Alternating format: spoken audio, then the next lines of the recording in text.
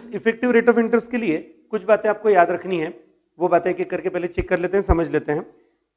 पहला, effective rate of interest हमेशा nominal rate of interest से ज्यादा होता है। It is always greater than nominal rate of interest. अभी हमने जो कैलकुलेशन सीखा था उसमें भी आप चेक कर सकते हो। Second, it is not related to principal, यानी कितनी अमाउंट इन्वेस्ट की गई है, या फिर इट इज वो जो मतलब उसका जो डिपेंडेंसी है इफेक्टिव रेट ऑफ इंटरेस्ट से किस चीज पे डिपेंड करता है और किस चीज पे नहीं करता। So it is not related to principal but to rate of interest and frequency of compounding. मतलब कितने पीरियड में, मतलब हम एक ईयर में वहां पर कंपाउंडिंग कितनी बार कर रहे हैं, whether it is half yearly, quarterly, monthly, daily, उसके ऊपर effective rate of interest depend करता है। It is independent of principal. Third, it is equal to nominal rate of interest if interest is compounded annually. Normal सी बात है, अगर मैं compounding annually करता हूं तो फिर वहां पर वो एक ईयर में सिंगल टाइम कंपाउंड होने वाला है, तो वो वहां पर नॉमिनल रेट ऑफ इंटरेस्ट के बराबर आ जाएगा। ठीक है। एक और सिंपल सी बात, सपोज अगर किसी क्वेश्चन में आपको ऐसा दिया गया कि वहां पर effective rate of interest calculate करो, लेकिन जो इन्वेस्टमेंट है वो 1 ईयर न लेते हुए उन्होंने 1 ईयर से ज्यादा पीरियड की ले ली, यानी वो इन्वेस्टमेंट जो है वो मोर देन 1 ईयर अगर है, तो उस सिचुएशन में आपको इफेक्टिव रेट ऑफ इंटरेस्ट का कैलकुलेशन करते समय जो हमारा फॉर्मूला है E is equal to 1 plus I raise to n minus 1, इस फॉर्मूले में वहां पर डिवाइड करना पड़ेगा इसे, उस पर्टिकुलर जो आंसर आएगा उसे नंबर ऑफ ईयर से डिवाइड करना पड़ेगा। मतलब अगर मेरे पास यहां पर ये सपोज जो टर्म टी है वो के ईयर्स है, if I am calculating effective rate of interest for के ईयर्स, तो उस सिचुएशन में मुझे क्या करना पड़ेगा, मेरा जो E is equal to 1 plus I raise to n minus 1 करके जो आंसर आएगा उसे मुझे k से डिवाइड करना पड़ेगा। ठीक है, तो ये हम आपके लिए कैलकुलेशंस में एक्सप्लेन करेंगे ही। इसके कुछ प्रैक्टिस प्रॉब्लम्स करवाते हैं स्टूडेंट्स। पहला question, the effective rate of interest corresponding to a nominal rate of 3% per annum payable half yearly is. अब यहां पर मुझे क्या क्या समझ में आया, पेएबल हाफ ईयरली है, यानी जो एक्चुअल रेट है अभी जो दिया हुआ रेट है वो है 3%, तो 3% वहां पे इफेक्टिव नहीं रहेगा, उसका जो रेट है वो रहना चाहिए वहां पर 3 का हाफ। ठीक है, यानी हाफ ईयरली इसलिए 3/2 और 3/2% करना है हमें 1.5, सो दैट स्मॉल आई आएगा 1.5 डिवाइडेड बाय 100, 0.015। ठीक है, इफेक्टिव रेट ऑफ इंटरेस्ट का formula, effective rate of interest का फॉर्मूला है E is equal to 1 plus I raise to n minus 1, यानी 1.015। 1 ईयर में कितनी बार कंपाउंडिंग आएगा, अगर पेएबल हाफ ईयरली है तो 1 ईयर मींस 2 हाफ ईयर्स, इसलिए n की वैल्यू यहां पे 2 लेनी पड़ेगी। अब अगर आप ये कैलकुलेशन करते हो, ठीक है, कैलकुलेटर पर ये चेक करो, 1.015 उसका स्क्वायर माइनस 1, ये अगर आपने कैलकुलेशन कर लिया तो उसका आपके कैलकुलेटर की स्क्रीन पे आया होगा 0.030225। ठीक है, ये जो नंबर है इसे इंटू 100 करना पड़ेगा क्योंकि हमें रेट ऑफ इंटरेस्ट बताना है, तो ये नंबर आता है 3.0225, 3.0225%। तो इसमें से करेक्ट आंसर आएगा सी ऑप्शन, 3.0225% पर एनम। ठीक है, याद रहे इफेक्टिव रेट ऑफ इंटरेस्ट अगर आपको कैलकुलेट करना है, फॉर्मूला है E is equal to 1 plus I raise to n minus 1। इस फॉर्मूले में आपको I डिसाइड करते समय और N डिसाइड करते समय कंपाउंडिंग कितना हो रहा है, कैसे हो रहा है, वो बहुत इंपॉर्टेंट है। कंपाउंडिंग अगर हाफ ईयरली है तो रेट ऑफ इंटरेस्ट हाफ करना होगा और n की वैल्यू जो आएगी वो नंबर ऑफ ईयर्स के डबल हो जाएगी। कंपाउंडिंग अगर क्वार्टरली होगा तो आपको वहां पर रेट ऑफ इंटरेस्ट 4 से डिवाइड करना है और नंबर ऑफ ईयर्स 4 से मल्टीप्लाई करेंगे। अगर वहां पर कंपाउंडिंग मंथली है तो आपको रेट ऑफ इंटरेस्ट को 12 से डिवाइड करना है, नॉमिनल रेट ऑफ इंटरेस्ट जो होगा वो, और जो n की वैल्यू है वो तैयार करते समय नंबर ऑफ ईयर्स को 12 से मल्टीप्लाई करना है। ठीक है, उस तरह से सॉल्व करना है। और कुछ एग्जांपल्स करवाते हैं स्टूडेंट्स। सेकंड क्वेश्चन, अब यहां पे बोला है the effective rate of interest corresponding a nominal rate of 7% per annum convertible quarterly है। देखो कन्वर्टिबल क्वार्टरली बोला है, मतलब मुझे यहां पर पहले 7 को डिवाइड करना पड़ेगा 4 से, 7 डिवाइडेड बाय 4, ये मेरे लिए वहां पे कैलकुलेशन आएगा। 7 डिवाइडेड बाय 4 कर लिया, इट इज 1.75। तो अब मेरे लिए आई की वैल्यू कितनी आएगी, तो यहां पे आई आएगा 1.75 डिवाइडेड बाय 100, यानी 0.0175। फिर इफेक्टिव रेट ऑफ इंटरेस्ट का formula 1 plus I raise to n minus 1, it is 1.0175। वापस n कितना आएगा, तो 1 ईयर मतलब 4 क्वार्टर्स, इसलिए रेस्ट में 4 आ जाएगा। ठीक है,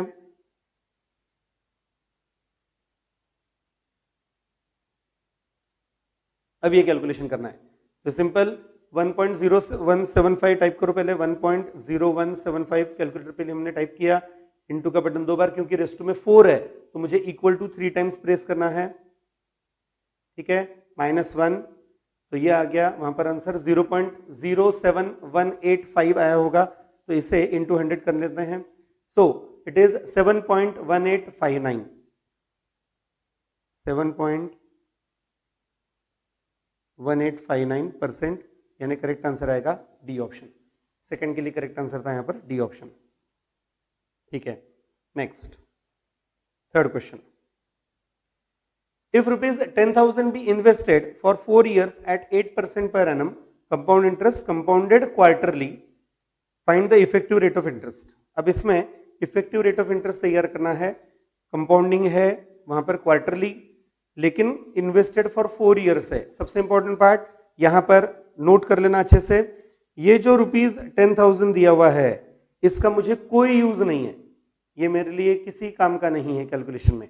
हाँ, मेरे लिए क्या क्या इंपॉर्टेंट है, नॉमिनल रेट ऑफ इंटरेस्ट 8% है, और पीरियड जो था हमारा जो टी है वो है 4 ईयर्स। तो आपको ये किस तरह से सॉल्व करना है, देखो अब सबसे पहली चीज कंपाउंडिंग क्वार्टरली है, इसलिए हम वहां पर 8 डिवाइडेड बाय 4 यानी 2% रेट ऑफ इंटरेस्ट कंसिडर करेंगे। साथ में ही यहां पर जब एन डिसाइड होगा तो वो 4 ईयर्स इंटू एक 1 ईयर मतलब 4 क्वार्टर, यानी एन की वैल्यू लेनी पड़ेगी 16। मैं रिपीट कर रहा हूं, एन कैसे डिसाइड करेंगे, 1 ईयर मींस 4 क्वार्टर्स और 4 ईयर्स मींस 16 क्वार्टर्स, तो यहां पर एन की वैल्यू आएगी 16। ठीक है, अब इफेक्टिव रेट ऑफ इंटरेस्ट का फॉर्मूला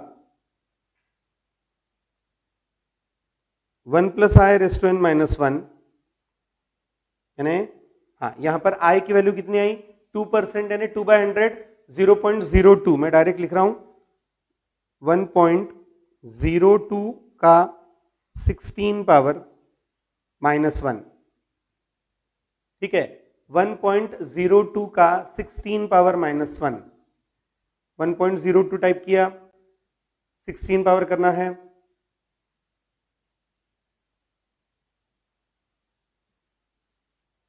-16 पावर कर लिया, -1।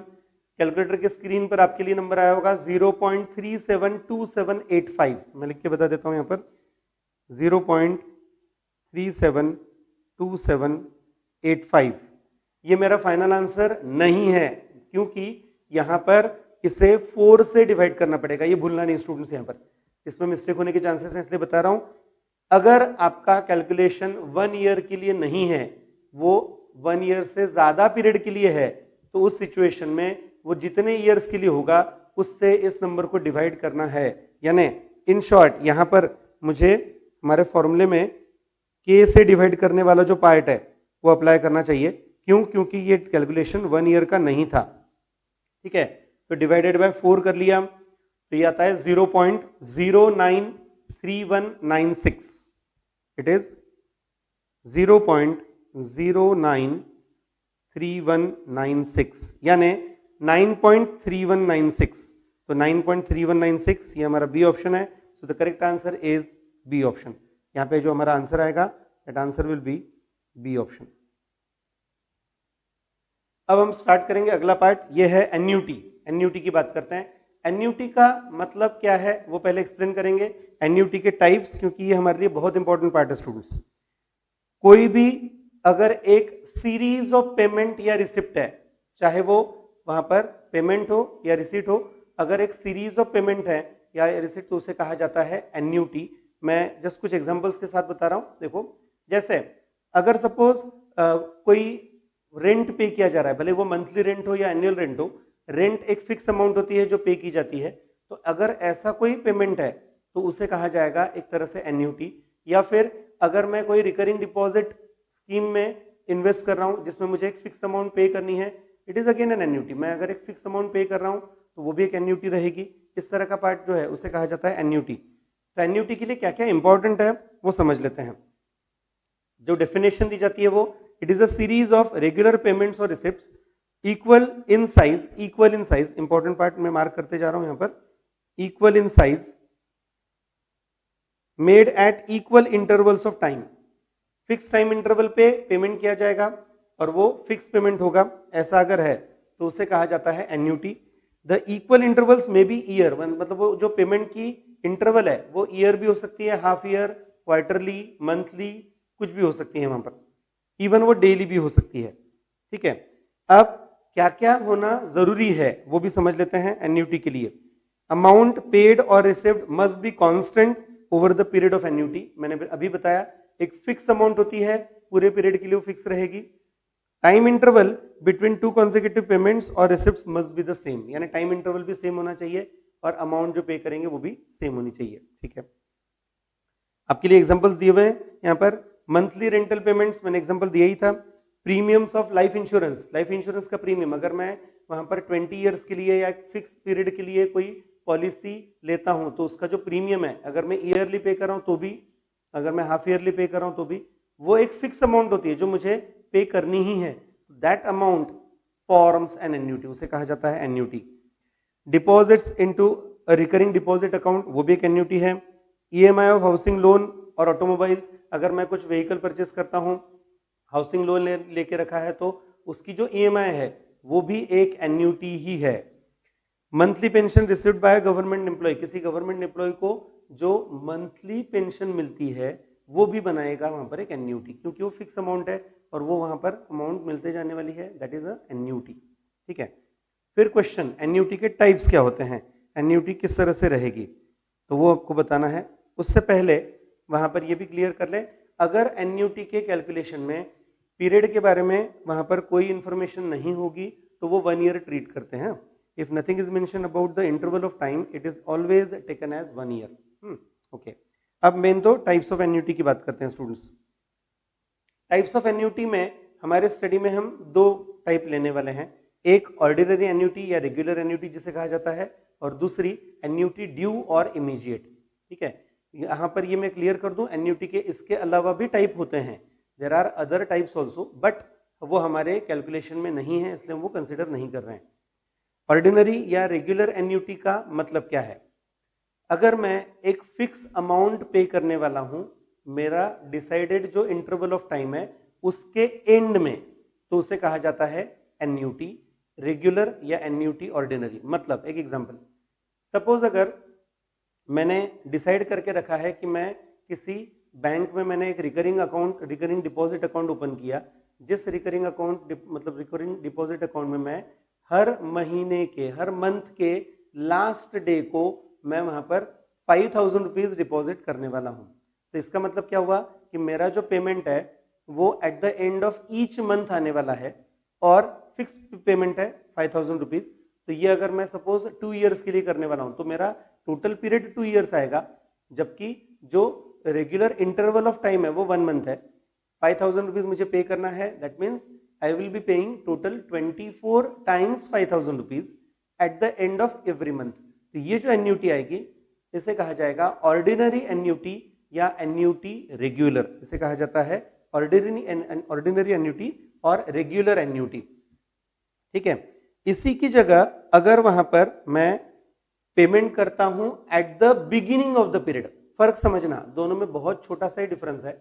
ऑर्डिनरी एन्युटी में हम payment at the end of the period करते हैं और एन्युटी ड्यू या एन्युटी इमीडिएट में हम payment eight the beginning of the period करते हैं। इंपॉर्टेंट है, हम यहाँ पे पेमेंट जो देने वाले हैं वो eight the beginning of each payment period होगा।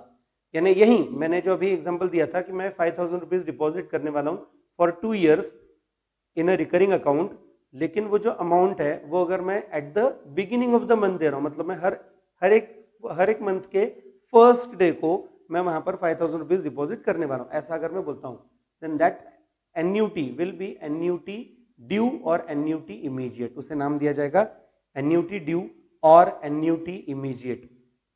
ठीक है, अब यहां पर हमें इससे रिलेटेड हमें क्या स्टडी करना है, कौन से पार्ट में हम इंटरेस्टेड हैं। तो स्टूडेंट्स हमारे लिए दो मेन पार्ट यहां पे रहेंगे। एक, फ्यूचर वैल्यू ऑफ एन्युटी का मतलब क्या होता है, what is future value of annuity, and second what is present value of annuity. दोनों पार्ट एक एक करके स्टडी करते हैं, इनके फॉर्मूले आपको स्टडी करवाने हैं। Future value of an annuity, किसी एन्युटी की फ्यूचर वैल्यू का मतलब क्या है। जैसे अभी मैंने जो एग्जांपल दिया कि अगर मैं 5000 रुपीज डिपॉजिट कर रहा हूं फॉर 24 मंथ्स 2 इयर्स के लिए, at the end of the year ले लेते हैं, ऑर्डिनरी एन्युटी ले लेते हैं एग्जांपल के तौर पर, तो उस सिचुएशन में मेरा जो पेमेंट है, मैं जो 5000 रुपीज डिपॉजिट करने वाला हूं फॉर 24 मंथ, उसमें at the end of the 24 months जब वो पीरियड कंप्लीट हो जाएगा, मतलब मेरा जो टर्म है 24 मंथ्स यानी 2 इयर्स का पीरियड, वो जब मैं कंप्लीट कर लूंगा तो फिर मुझे जो अमाउंट मिलेगी उस अमाउंट को नाम दिया जाएगा यहां पर जो फ्यूचर वैल्यू ऑफ एन्युटी आएगी वो। फ्यूचर वैल्यू ऑफ एन्युटी का मतलब है मुझे इन फ्यूचर मिलने वाली वैल्यू, आज नहीं मिलने वाली है, मुझे ये बाद में मिलने वाली है। जब मेरा जो टर्म है एन्युटी के लिए, जो डिसाइडेड टर्म ऑफ मतलब जो पीरियड हमने डिसाइड किया था, वो पीरियड जब हम कंप्लीट कर लेंगे तब मुझे जो अमाउंट मिलती है दैट इज फ्यूचर वैल्यू। ठीक है, अब इसमें बहुत सिंपल सी बात है सोचने के लिए आप लोगों के लिए, अगर मैंने एन्युटी ऑर्डिनरी रखी तो मुझे मिलने वाला इंटरेस्ट, और अगर मैंने एन्युटी ड्यू रखी तो मुझे मिलने वाला इंटरेस्ट, इसमें वहां पर क्या डिफरेंस होगा, कौन छोटा रहेगा कौन बड़ा रहेगा। नॉर्मल सी बात है स्टूडेंट्स, मैं अगर ऑर्डिनरी एन्युटी में इन्वेस्टमेंट कर रहा हूं, मेरा कैलकुलेशन ऑर्डिनरी एन्युटी का है, तो उस सिचुएशन में मैं एंड ऑफ द मंथ पे करने वाला हूं, उसकी वजह से मुझे उसमें इंटरेस्ट कम मिलेगा, क्योंकि मेरी इन्वेस्टमेंट का जो पीरियड है वो पीरियड भले ही वहां पर 2 इयर्स का है, लेकिन वो उस टर्म के मतलब पर्टिकुलरली पेमेंट पीरियड के मैं लास्ट में पे कर रहा हूं, तो उसकी वजह से मुझे इंटरेस्ट उसमें कम मिलेगा। वहीं अगर मैं एन्युटी ड्यू या एन्युटी इमीडिएट में इन्वेस्ट करता हूं तो वो payment eight the beginning of the period आने की वजह से वहां पर मुझे इंटरेस्ट ज्यादा मिलेगा। ठीक है, in simple words, annuity due है तो उसके लिए जो फ्यूचर वैल्यू आएगी वो ज्यादा रहेगी, बड़ी रहेगी, मतलब वो एन्युटी ऑर्डिनरी से ग्रेटर रहेगी। फॉर्मूले समझ लेते हैं। ठीक है, दोनों के लिए पहले मैं for future value of ordinary annuity की बात करने वाला हूं। सिंपल है, फ्यूचर वैल्यू हम डिनोट करेंगे एफवी, इसे शॉर्ट में वहां पर कैपिटल ए एन आई भी लिख सकते हैं आप। कैपिटल ए एन आई जो होता है वो, कैपिटल ए एन आई का मतलब होता है यहां पर basically 1 plus I raise to N minus 1 upon I into एक ए करना है। ए का मतलब क्या है सब एक्सप्लेन करते हैं। यहां पर जो मेरा पेमेंट होगा, पीरियोडिक पेमेंट जो है, उस पेमेंट को मैंने नाम देना है ए से। ए इज पीरियोडिक पेमेंट। मैंने जैसे अभी एग्जांपल में 5000 रुपीज बोला था, रेट ऑफ इंटरेस्ट जो रहेगा आर, उससे हम आई तैयार करेंगे, I will be definitely R upon 100, और नॉर्मल कैलकुलेशन है, फॉर्मूला है ए ब्रैकेट में 1 plus I raise to N minus 1 upon I. ठीक है, यहां पर ये जो पार्ट मैंने बताया ये पार्ट है एन्युटी ऑर्डिनरी के लिए फ्यूचर वैल्यू, और यहीं अगर एन्युटी ड्यू के लिए, क्योंकि आप लोगों के लिए फॉर्मूला याद रखने की एक सिंपल ट्रिक भी यहां पे साथ में मैं बता रहा हूं, जो हमारा future value of ordinary annuity का फॉर्मूला है वही फॉर्मूला लिखो, सिर्फ एक एडिशनल 1 प्लस आई से मल्टीप्लाई कर दो। अगर उसे एक एडिशनल 1 प्लस आई से मल्टीप्लाई कर देंगे तो जो मिलेगा that is future value of annuity due और एन्युटी इमीडिएट। ऑर्डिनरी एन्युटी के फॉर्मूले में अगर मैं एक 1 प्लस आई से एक्स्ट्रा मल्टीप्लाई कर देता हूं तो उसे कहा जाएगा, वो फ्यूचर वैल्यू का वहां पे फॉर्मूला रहेगा फॉर एन्युटी ड्यू। ठीक है, नेक्स्ट सेकंड पॉइंट इसी में मैं एक्सप्लेन कर रहा हूं स्टूडेंट्स, प्रेजेंट वैल्यू। तो प्रेजेंट वैल्यू के लिए एक छोटा सा एग्जांपल देता हूं, समझ लो अच्छे से।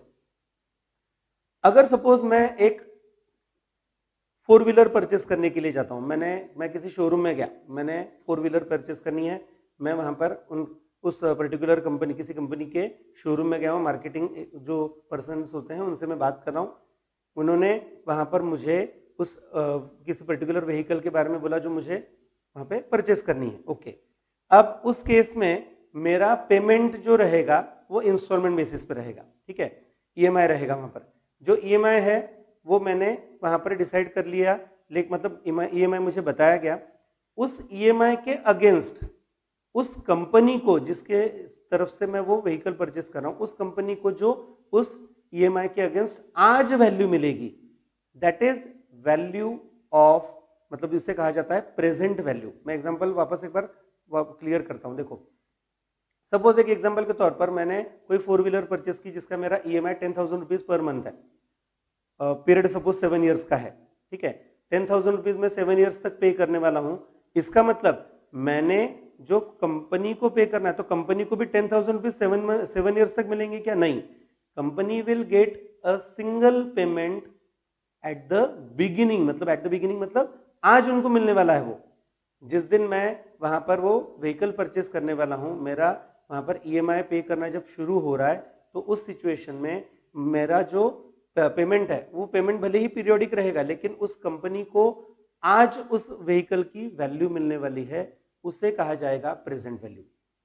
ठीक है, एक और एग्जांपल देता हूं, अगर आपको ये एग्जांपल वहां पे और अच्छे से मतलब क्लियर करवाना है, इस एग्जांपल से और अच्छे से क्लियर करवाना है, तो वो देखो, सीए फाउंडेशन के स्टूडेंट्स हैं आप लोग, सीए फाउंडेशन के स्टूडेंट्स के लिए आपके पेरेंट्स ने वहां पर आपको एक लालच दिया, सीए बनना है तो सीए बनने के लिए उन्होंने आपको एक लालच दे दिया कि ऐसा करो, अगर आप सीए फाउंडेशन बहुत प्रॉपर तरीके से अच्छे मार्क्स स्कोर करके पास करते हो, तो आपको सीए फाउंडेशन में भी, उसके बाद आप इंटरमीडिएट की एग्जाम जो आती है वो अच्छे मार्क्स से पास करोगे, और बाद में फाइनल पास करोगे। तीनों एग्जाम अगर आप बहुत अच्छे से वहां पे आपने अगर क्लियर करना है, क्लियर कर लिए हैं, तो आपको वहां पर, मतलब पेरेंट्स ने बोला, ये पेरेंट्स, मैं नहीं बोल रहा हूं, नहीं तो आप मेरे पास आएंगे कि सर आपने पैसे देने के लिए बात की थी।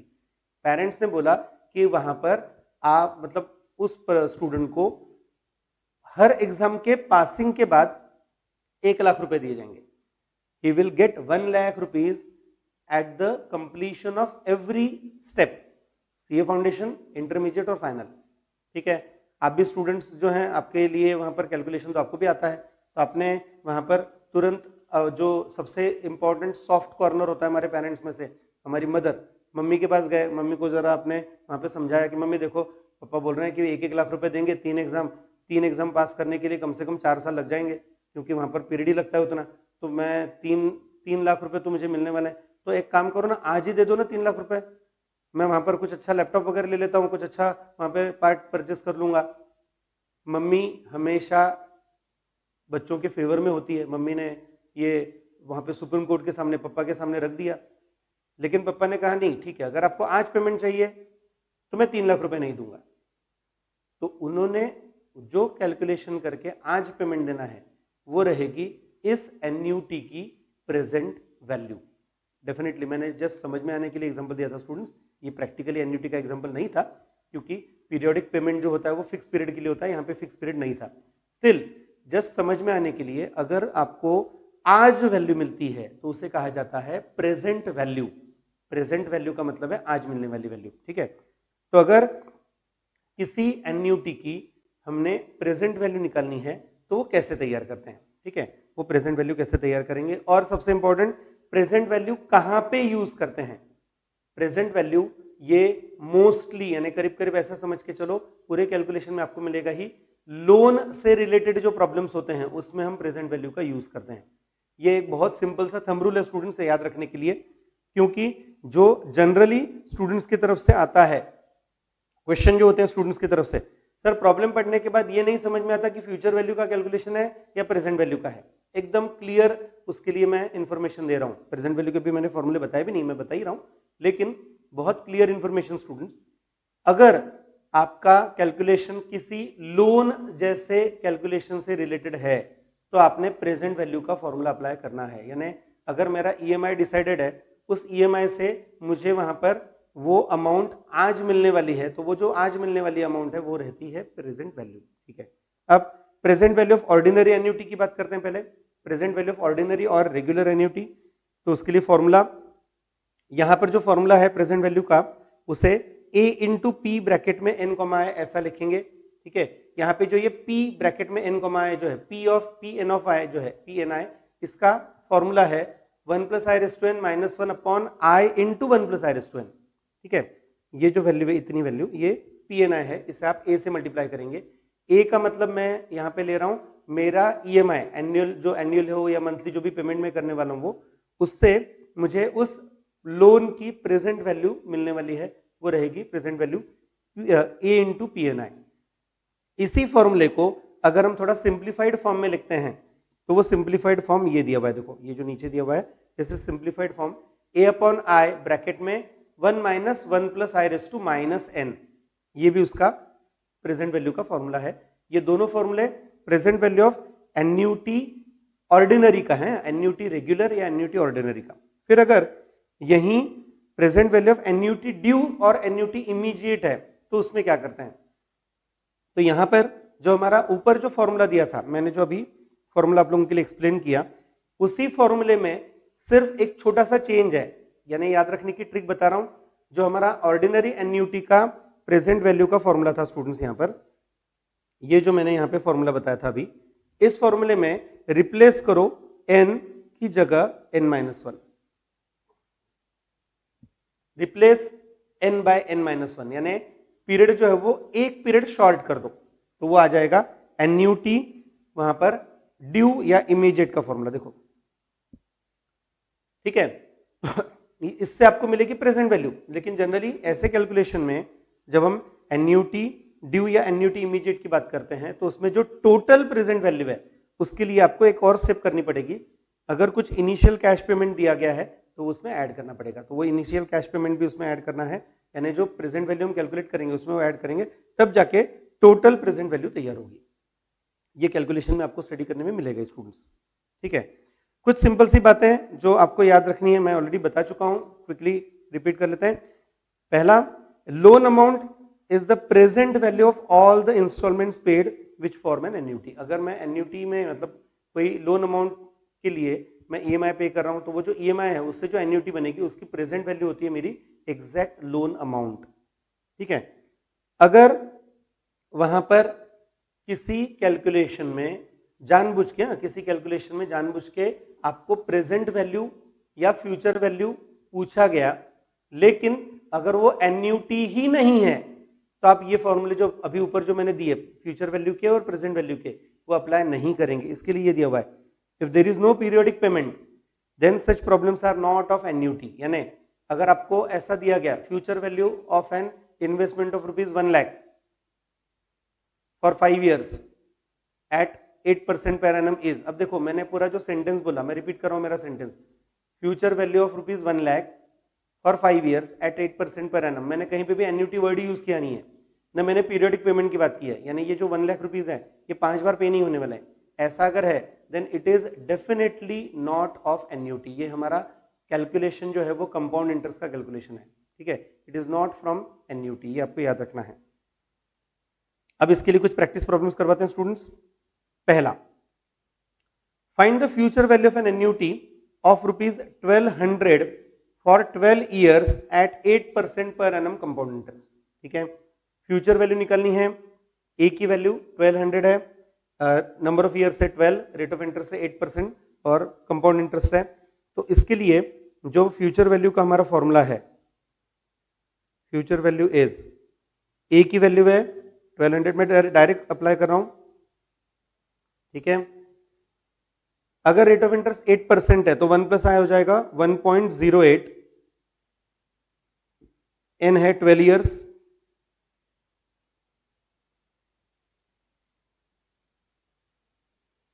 ये मेरा आंसर आने वाला है।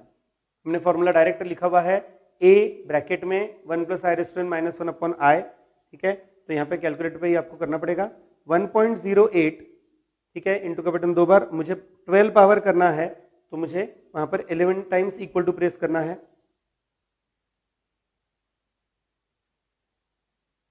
ठीक है, -1 डिवाइडेड बाय 0.08 और इनटू वहां पर 1200।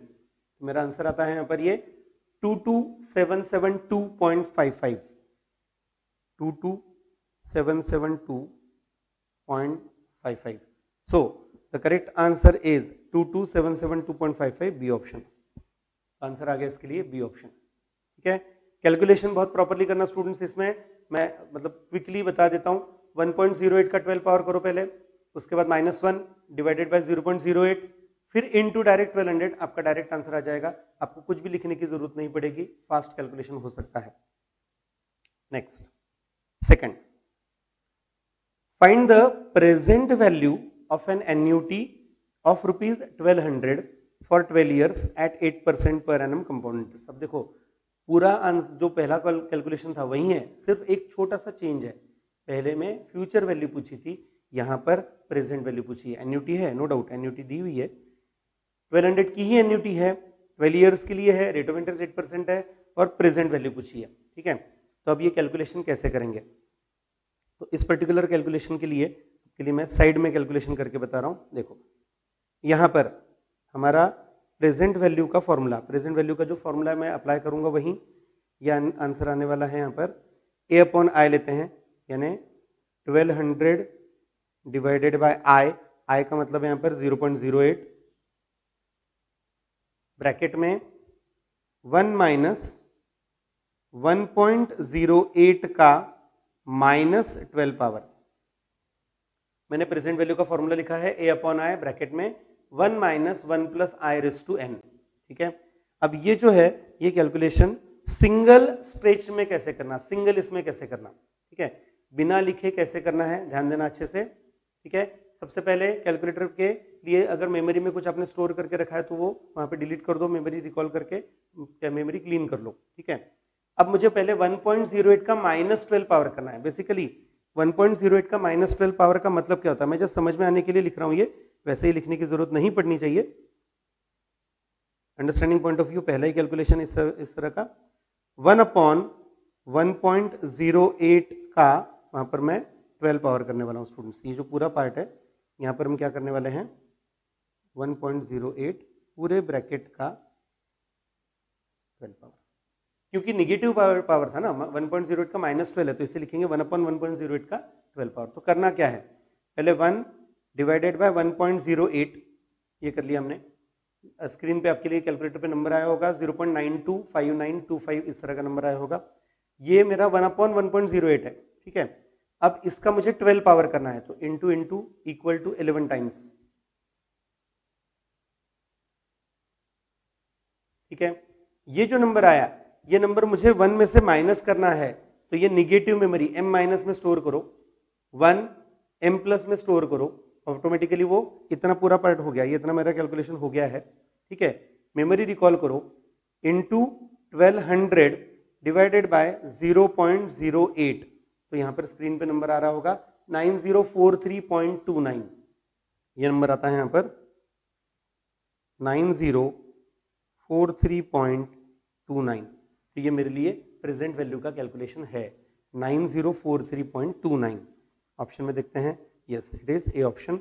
सेकंड क्वेश्चन का करेक्ट आंसर आ गया ए ऑप्शन। ठीक है, क्विक रिवीजन मैं कहूंगा वापस एक बार, थोड़ा सा पार्ट नया है आप लोगों के लिए कैलकुलेशन। इसके लिए अगर मुझे 1.08 का -12 पावर करना है तो मैंने क्या करना चाहिए, 1/1.08 रेके उसका 12 पावर कर लिया। मेमोरी में मैंने वो निगेटिव में स्टोर किया क्योंकि माइनस करना था। ठीक है, यहाँ पर ये निगेटिव में इसलिए आएगा क्योंकि मुझे माइनस करना है। उसके बाद 1 हमने m प्लस कर लिया है। उसके बाद कैलकुलेशन करके मतलब जो आंसर आएगा MRC प्रेस करो, memory recall, into 1200 divided by 0.08, तो डायरेक्ट सिंगल स्टेज में आपका आंसर आ जाएगा स्टूडेंट्स यहाँ पर। ठीक है, सिंगल पार्ट में आपको ये आंसर मिल सकता है। ये फॉर्मूला अप्लाई करना इजी है, इसलिए मैंने ये फॉर्मूला बताया। जिससे इसके साथ एक और फॉर्मूला दिया हुआ है वो भी अप्लाई कर सकते हो। थोड़ा सा कैलकुलेशन का पार्ट डिफिकल्ट होता है, आंसर उससे भी यही आने वाला है, कोई डाउट नहीं उसमें। Next, third calculation. Third calculation students यहां पर, if the amount of an annuity after 25 years at 5% per annum compound interest is 50,000, the annuity will be। इसका मतलब पहले तो यहां पे आपको क्या समझना है, the amount of an annuity, amount of an annuity मतलब कौन से amount, future value, amount of an annuity after 25 years से, देखो amount of an annuity after 25 years बोला है, आफ्टर 25 ईयर्स, आज की नहीं, after 25 years, so it is future value, ठीक है। और फ्यूचर वैल्यू मुझे दी हुई है, यानी मेरे लिए फ्यूचर वैल्यू दी हुई है, लेकिन फिर फाइंड क्या करना है, ए फाइंड करना है, मतलब मैंने कितनी अमाउंट डिपॉजिट की हर एक पीरियड में, वो मुझे फाइंड करनी है, पेमेंट पीरियड में हमने कितनी अमाउंट वहां पे डिपॉजिट की वो फाइंड करना है। तो इसके लिए हमारा नॉर्मल पहले फॉर्मूला देखो, मुझे फ्यूचर वैल्यू दी गई है, ठीक है, ए मालूम नहीं है, और रेट ऑफ इंटरेस्ट से 5%, 1.05 का 25 पावर -1 डिवाइडेड बाय 0.05, मुझे ए तैयार करना है, ठीक है। ये भी कैलकुलेशन आप लोगों के लिए मैं वहां पर सिंगल स्टेप में कैसे करना बता रहा हूं, बहुत अच्छे से समझना स्टूडेंट्स। यहां पर पहले मेमोरी रिकॉल जो है वो मैंने 2 बार प्रेस कर लिया, क्योंकि मेरा पिछले जो कैलकुलेशन था वो मेमोरी में से मुझे हटाना पड़ेगा। यहां पे 1.05 का हमने 25 पावर करना है,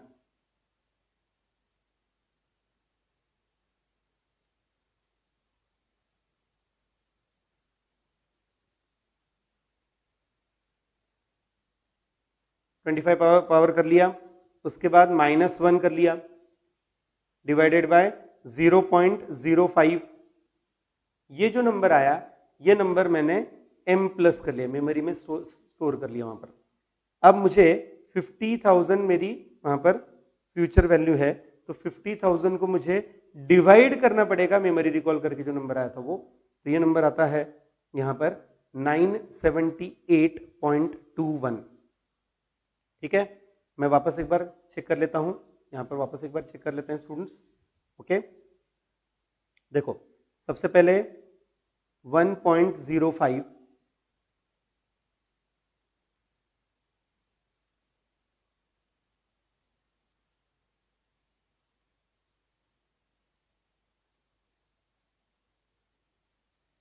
-1, ओके, उसके बाद डिवाइडेड बाय 0.05, ये जो नंबर आया ये मैंने मेमोरी में स्टोर कर लिया, ठीक है। 50,000 डिवाइडेड बाय मेमोरी रिकॉल, ये नंबर हमने तैयार किया। तो वहां पे मेरा प्रीवियस कैलकुलेशन में शायद मैंने एक ज्यादा मल्टीप्लिकेशन कर लिया था, वो नंबर अलग आ रहा था, नंबर आ रहा है 1047.62, एग्जैक्ट नंबर अभी है 1047.62। तो यहां पर ये जो मैंने कैलकुलेशन बताया अभी, इससे स्टूडेंट्स जो ए आ रहा है ये है 1047.62, ये बहुत ज्यादा प्रिकॉशन के साथ आप लोगों के लिए बता रहा हूं। याद रहे कैलकुलेशन करते समय बहुत प्रिकॉशन लो, आपने एक बार भी इक्वल टू ज्यादा प्रेस कर दिया तो आपका आंसर वहां पे जो हमारे दिए हुए ऑप्शन से उससे मैच नहीं करेगा, कुछ अलग आंसर आएगा। और इवन ये हमेशा स्पेशल पार्ट रहा हुआ स्टूडेंट्स कि जब भी इंस्टीट्यूट की तरफ से कोई भी क्वेश्चन वो सेट करते हैं तो उसमें वो क्या मिस्टेक होगी उसके हिसाब से भी वहां पर आंसर देते हैं, ऑप्शन देते हैं। और उसकी वजह से अगर आपने कोई मिस्टेक कर दी और उससे जो आने वाला आंसर है वो वहां पर आपको ऑप्शन में मिल गया और आपने वो मार्क कर दिया तो वो गलत हो सकता है, इसलिए बी केयरफुल, बहुत केयरफुल रहना पड़ेगा, ठीक है। यहां पर मुझे ए तैयार करना था, मुझे फ्यूचर वैल्यू दी थी, ए तैयार करना था। Next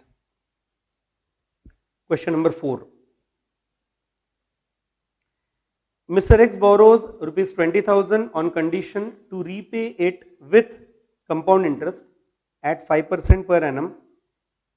The annual installment of rupees 2,000 each. The number of years for the debt to be paid off is, यानी 20,000 रुपए का लोन लिया हुआ है, 2,000 रुपीज एनुअल इंस्टॉलमेंट है, 5% का रेट ऑफ इंटरेस्ट है, कितने इंस्टॉलमेंट में ये लोन वहां पे कंप्लीट होगा, ठीक है। वापस एक बार यहां पर ये कैलकुलेशन कौन से पार्ट से रिलेटेड है, डेफिनेटली ये फ्यूचर वैल्यू से रिलेटेड नहीं है, ये प्रेजेंट वैल्यू से रिलेटेड है, ठीक है। क्योंकि लोन है 20,000 का, रीपेमेंट है 2,000, ए की वैल्यू 2,000 है, इंपॉर्टेंट पार्ट मेरे लिए ए मालूम नहीं है, सॉरी मेरे लिए एन मालूम नहीं है, ए मालूम है एन मालूम नहीं है। ठीक है, मैं आप लोगों के लिए पहले ये थोड़ा सा कॉम्प्लिकेटेड कैलकुलेशन इसलिए पूरा डिटेल बता रहा हूं स्टूडेंट्स। यहां पर प्रेजेंट वैल्यू का हमारा जो फॉर्मूला है ए अपॉन आई 1 माइनस 1 प्लस आई का माइनस एन पावर, मुझे एन फाइंड करना है। ठीक है, प्रेजेंट वैल्यू यानी लोन ये है 20,000, ये दिया हुआ है मुझे, ए 2000 दिया हुआ है, रेट ऑफ इंटरेस्ट 5% है, मैं डायरेक्ट लिख रहा हूं 0.05, 1 माइनस 1.05 का माइनस एन पावर, ये मुझे तैयार करना है, बेसिकली एन तैयार करना है। ठीक है, नॉर्मल सा पार्ट है स्टूडेंट्स आप लोगों के लिए, मतलब कैलकुलेशन आपके लिए बहुत इजी हो इसके लिए। यहाँ पर ये 3 जीरो तो इजीली कट हो जाएंगे, 2 से इसे डिवाइड कर देंगे तो ये 10 हो जाएगा। ठीक है, ये 0.05 मैंने 10 की तरफ मल्टीप्लाई कर दिया तो ये 0.5 हो जाएगा। 0.5 इज इक्वल टू 1 माइनस 1.05 का माइनस एन पावर। थोड़ा कैलकुलेशन है स्टूडेंट्स इसलिए मैं ये पूरा जितना डिटेल में बता रहा हूं। तो यहां से ये मिल रहा है कि 1.05 का माइनस एन पावर जो है ये 1 माइनस 0.5 यानी 0.5 आएगा। ये जो आंसर है ये आ रहा है यहां पर 0.5। ठीक है, इन सिंपल वर्ड्स अगर मैं 1/1.05 लेता हूं तो उसका कितना पावर करने के बाद वो नंबर अप्रोक्सीमेटली 0.5 आता है, ये मुझे चेक करना है। ठीक है, तो अब ये जो पार्ट है ये कैलकुलेटर पे करना पड़ेगा। तो इसके लिए पहले 1 डिवाइडेड बाय 1.05 कर लिया हमने। ठीक है, 1 डिवाइडेड बाय 1.05। अब मैं इंटू करने के बाद मैं इक्वल टू जो है ये जितनी बार प्रेस करूंगा मुझे बहुत अच्छे से काउंट करना है, और स्क्रीन पे आने वाला नंबर 0.5 के नजदीक वाला नंबर होना चाहिए। मतलब वो 0.5 आ गया एग्जैक्ट तो अच्छा ही है, नहीं आया तो उसके आसपास का नंबर होना चाहिए। बहुत केयरफुली। 1 2 3 4 5 6 7 8 9 10 11 12 13, हाँ 13 टाइम मैंने इक्वल टू प्रेस किया है, तब जाके ये नंबर आ रहा है यहाँ पर 0.505067। वहां पे 13 टाइम प्रेस किया था मैंने। अगर मैंने इक्वल टू 13 टाइम प्रेस किया हुआ है तो इसका लॉजिकल मीनिंग है हमने ये 14 पावर किया हुआ है। ठीक है, इसलिए यहां पर n की वैल्यू आएगी 14। इस कैलकुलेशन में n की वैल्यू आएगी 14। ठीक है, तो ये पर्टिकुलर वहां पे पार्ट था, इसके लिए n की वैल्यू 14 है स्टूडेंट्स। और ये 14 वैल्यू इस क्वेश्चन में ऑप्शन में नहीं है। ए ऑप्शन 10 ईयर्स है, बी 12 ईयर्स है, सी 11 ईयर्स है, तीनों नहीं है, इसलिए यहां पे करेक्ट आंसर आएगा D, none of this. Answer इसका 14 ईयर्स। ठीक है, याद रखना है। इस टाइप का अगर कैलकुलेशन रहे तो आपको किस तरह से चेक करना है मैंने बताया। यहां पर लोन लिया था मतलब प्रेजेंट वैल्यू का कैलकुलेशन था, 20,000 प्रेजेंट वैल्यू थी, ए 2000 था, रेट ऑफ इंटरेस्ट 5%, तो उससे हमने एन तैयार करना था। ठीक है, थोड़ा सा अलग कैलकुलेशन था। अब next question number 5। Question number 5 है, a person bought a house paying ₹20,000 in cash and 4,000 at the end of each year for 25 years at 5% per annum compound interest. If he wishes to pay complete payment today, what will be the cash down price? Question पहले समझ लेते हैं। किसी person ने house purchase किया, उसने cash में 20,000 पे किए और वो 4,000 रुपीज पे करने वाला है at the end of each year for 25 years. और अगर ये न करते हुए उसे आज कंप्लीट पेमेंट करना है, यानी सिंगल पेमेंट करना है, if you wish to have a single payment, तो उसने आज कितना पेमेंट करना चाहिए था। तो इसका मतलब इस पूरे कैलकुलेशन में मुझे प्रेजेंट वैल्यू तैयार करनी है, इस पूरे पार्ट में प्रेजेंट वैल्यू तैयार करनी है। ठीक है, क्योंकि मुझे आज कितना पे करना पड़ेगा वो तैयार करना है। और वो प्रेजेंट वैल्यू यहां पे कैसे तैयार करेंगे, किस तरह का पार्ट रहेगा, समझते हैं। जो एनुअल पेमेंट है वो है 4,000, पीरियड है 25 ईयर्स, रेट ऑफ इंटरेस्ट से 5%। ठीक है, तो इसका मतलब मुझे सबसे पहले जो कैलकुलेशन करना पड़ेगा प्रेजेंट वैल्यू का, वहां पर वो प्रेजेंट वैल्यू का जो कैलकुलेशन है ये ऐसा आएगा, 4,000 रुपीज ए है, रेट ऑफ इंटरेस्ट 5% है 0.05, और 1 माइनस 1.05 का -25 पावर आएगा। ठीक है, ये मेरा कैलकुलेशन है। अब मैं आप लोगों के लिए ज्यादा डिटेल में न लिखते हुए ये कैलकुलेशन करने वाला हूं। स्टूडेंट्स, आपको ये कैलकुलेटर पे मेरे साथ ही करना है, लेकिन क्विकली कैसे करना वो समझना है। ठीक है, ये जो आंसर आने वाला ये मेरा फाइनल आंसर नहीं है, इसमें मुझे ऐड करना पड़ेगा 20,000, क्योंकि कैश पेमेंट 20,000 भी किया हुआ है, तो ये हमें ऐड करना पड़ेगा, तब जाके हमारा कैश डाउन प्राइस का कैलकुलेशन कंप्लीट होगा। ठीक है, सबसे पहले 1 डिवाइडेड बाय 1.05 ये हमने कर लिया। ठीक है, इंटू का बटन 2 बार। अब मुझे इसका 25 पावर करना है।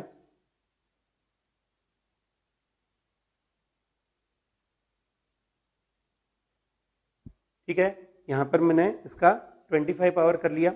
ये जो 25 पावर है 1 डिवाइडेड बाय 1.05 किया था, इंटू का बटन 2 बार। 1 2 3 4 5 6 7 8 9 10 11 12 13 14 15 16 17 18 19 20 21 22 23 24। ठीक है, वहां पर 24 एक्चुअली मैंने इक्वल टू जो है वो 24 टाइम्स प्लेस किया, मतलब 25 पावर्स हो चुके हैं। ये जो है ये मुझे m माइनस करना है। 1 m प्लस किया हमने। अब MRC इंटू 4000 डिवाइडेड बाय 0.05, और तब जाके जो आंसर आया, ये मेरा फाइनल आंसर नहीं है, ये आंसर आ रहा है यहाँ पर 56,375।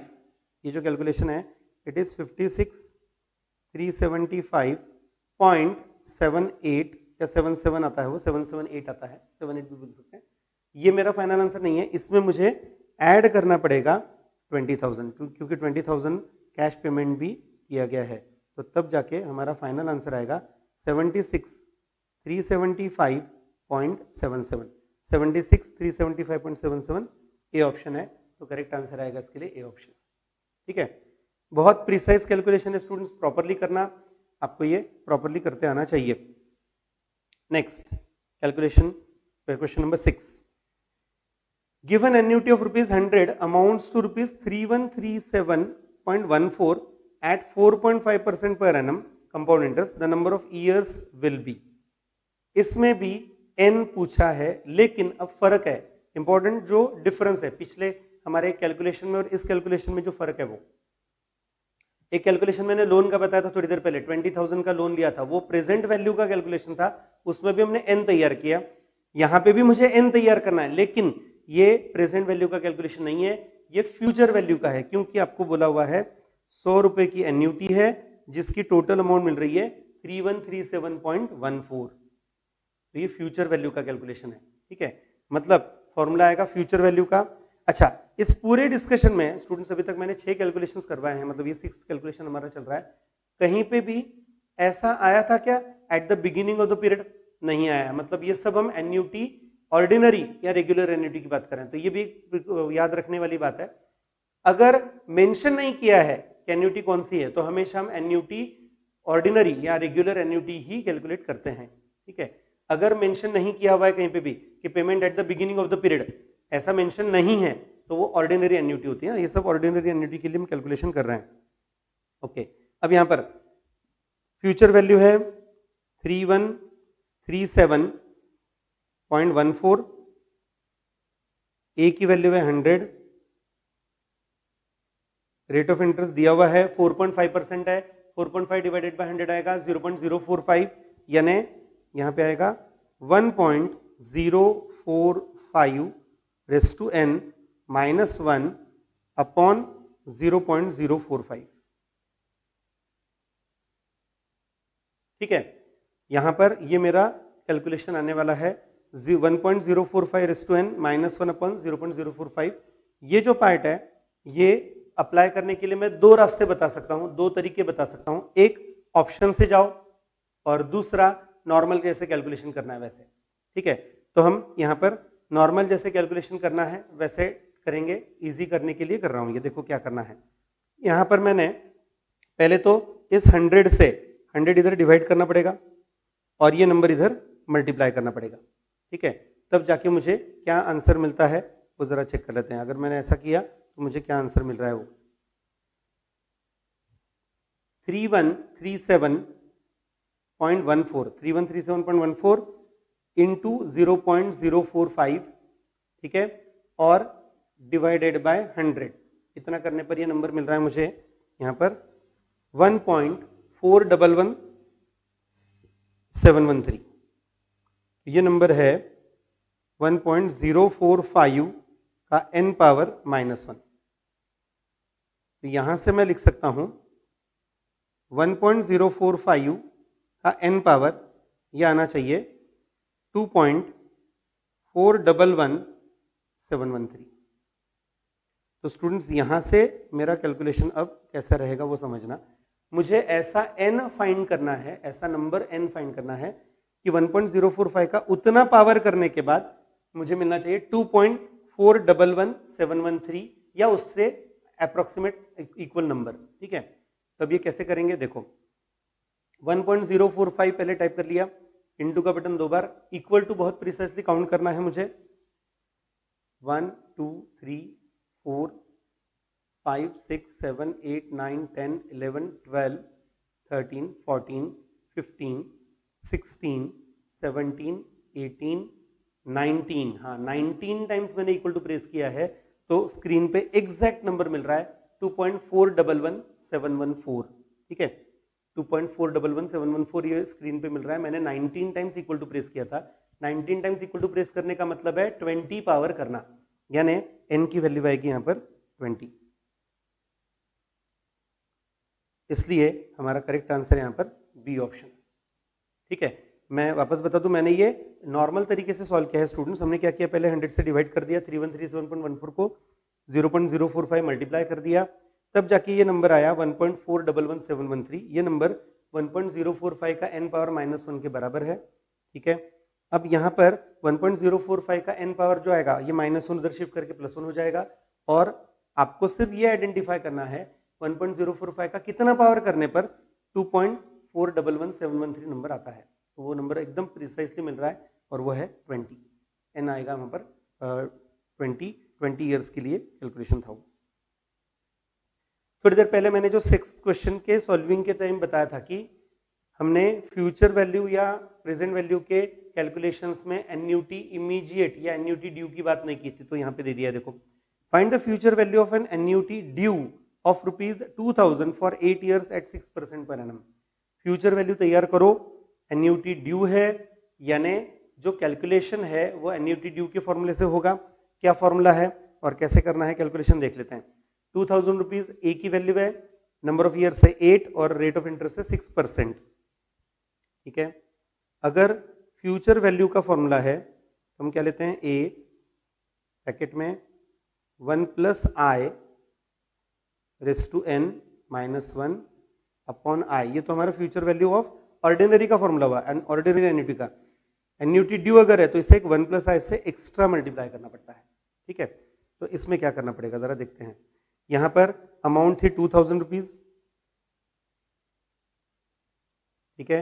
रेट ऑफ इंटरेस्ट 6% था, तो ये 1.06 का 8 पावर -1 अपॉन 0.06 आएगा, और ये जो पूरा आंसर आएगा इसे आपको एक 1.06 से एक्स्ट्रा मल्टीप्लाई करना है, ठीक है। मेथड क्या रहेगी अच्छे से समझो। 1.06 पहले 8 पावर कर लेते हैं,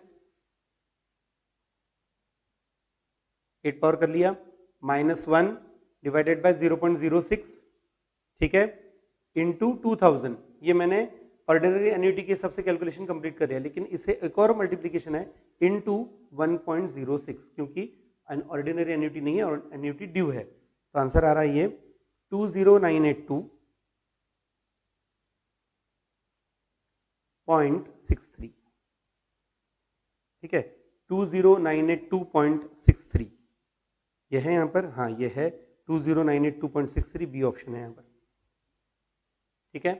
तो यहां पर क्वेश्चन नंबर 7 में हमने future value of annuity due के हिसाब से कैलकुलेशन करवाया, आंसर आया इसका 20982.63, ठीक है।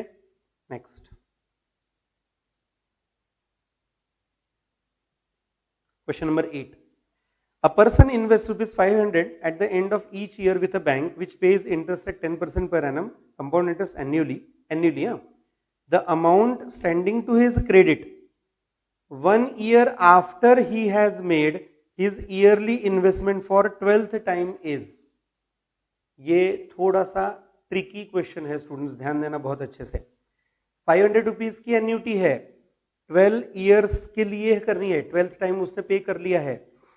एक्चुअल में अगर 12 टाइम्स मतलब 12 ईयर्स की एन्यूटी थी, 12 टाइम वो पे कर चुका है, तो जिस दिन वो 12th पेमेंट करता है वहां पर उसकी एन्यूटी टर्मिनेट हो गई, उसकी फ्यूचर वैल्यू वहां पे आ जानी चाहिए। लेकिन यहां पे ऐसा बोला है कि the amount standing to his credit 1 year after he has made his yearly investment for 12th time, यानी उसने 12वां 12th पेमेंट करने के बाद वहां पर तुरंत उसके पैसे उसको नहीं मिल रहे हैं, उसने वो वहीं पे रखे हैं और उसको वो आफ्टर 1 ईयर निकालने हैं। यानी प्रैक्टिकली जो ऑर्डिनरी एन्यूटी का कैलकुलेशन होता है वो न करते हुए आपको एक 1 + i एक्स्ट्रा मल्टीप्लाई करना पड़ेगा, क्योंकि उसकी अमाउंट उस बैंक में 1 ईयर एक्स्ट्रा वहां पे रही है डिपॉजिट। उसका जो अमाउंट का डिपॉजिट मतलब जो भी उसके लिए अमाउंट रहेगी फ्यूचर वैल्यू की, वो उसी बैंक में डिपॉजिट करके रह गई और वो आफ्टर 1 ईयर उसके लिए कैलकुलेशन पूछ रहा है। तो ये भी calculation future value of annuity due के हिसाब से करना पड़ेगा। ठीक है, यहां पर भी आपको जो कैलकुलेशन करना है वो इस तरह का रहेगा। देखो, फ्यूचर वैल्यू का कैलकुलेशन, अमाउंट है 500 रुपीज, ठीक है, रेट ऑफ इंटरेस्ट है 10%, ये 1.1 हो जाएगा। ठीक है, 1 + i रेस टू 12 आएगा, -1 अपॉन i की वैल्यू 0.1। लेकिन इसे एक 1.1 से एक्स्ट्रा मल्टीप्लाई करना है। ये एक्स्ट्रा क्यों मल्टीप्लाई करना है? क्योंकि उसका तो हमें पेमेंट जो है वो वहां बैंक में डिपॉजिट रहा फॉर 1 मोर ईयर। ठीक है, अब ये कैलकुलेशन करते हैं। 1.1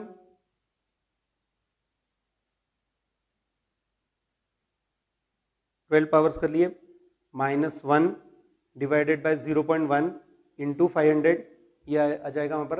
ये नंबर आ रहा है 10692। ये मेरा फाइनल आंसर नहीं है, ये मेरा फाइनल आंसर नहीं है, इसे इंटू 1.1 करना है, तब जाके हमारा आंसर आया 11,000। ये नंबर आ रहा है यहां पर 11,761.36, 11,761.36। So the correct answer is A option. Correct answer आ रहा है इसके लिए ए ऑप्शन। यहां पर सबसे इंपॉर्टेंट पार्ट जो आप लोगों के लिए हाईलाइट करके दे रहा हूं याद रखने के लिए, ये एक्स्ट्रा 1 + i से मतलब मल्टीप्लाई करना, 1.1 से एक्स्ट्रा मल्टीप्लाई करना, ये बहुत इंपॉर्टेंट था यहां पर। Next question number 9। Mr. Jetharal borrows rupees 6 lakhs housing loan at 6% per annum repayable in 20 annual installments commencing at the end of the first year. How much annual payment is necessary? यहां पर borrowings हैं 6 लाख के, loan लिया हुआ है 6% rate of interest है, annual है, और 20 एनुअल इंस्टॉलमेंट्स में रीपे करना है, यानी एन की वैल्यू 20 है। पूछा क्या है फिर? यहां पे पूछा है how much annual payment is necessary. सबसे इंपॉर्टेंट पार्ट, पहला जो डिसीजन आपको लेना है, ये कैलकुलेशन फ्यूचर वैल्यू का है कि प्रेजेंट वैल्यू का है। तो यहां पर ये वर्ड बहुत मायने रखता है, loan. It is the calculation of present value. ठीक है, यानी मुझे लोन की अमाउंट ये प्रेजेंट वैल्यू है, तो 6 लाख ये मेरे लिए प्रेजेंट वैल्यू आ गई। ठीक है, 6 लाख प्रेजेंट वैल्यू है। ए दिया है क्या? नहीं, ए तो कैलकुलेट करना है। रेट ऑफ इंटरेस्ट 6%, आ जाएगा 0.06, और 1 माइनस 1.06 का यहां पर 20 पावर आएगा नेगेटिव, क्योंकि प्रेजेंट वैल्यू है।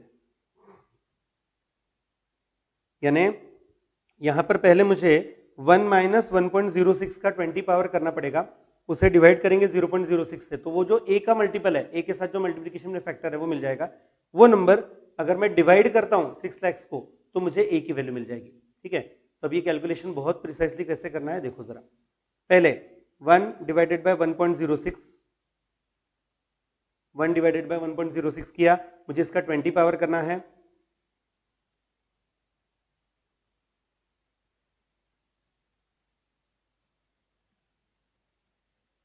20 पावर हो गया है।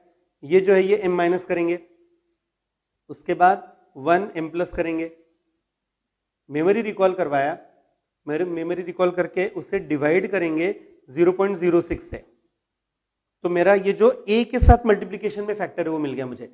आप चेक कर सकते हो, आपके कैलकुलेटर स्क्रीन पे आया होगा 11.46992, ये आना चाहिए 11.46992।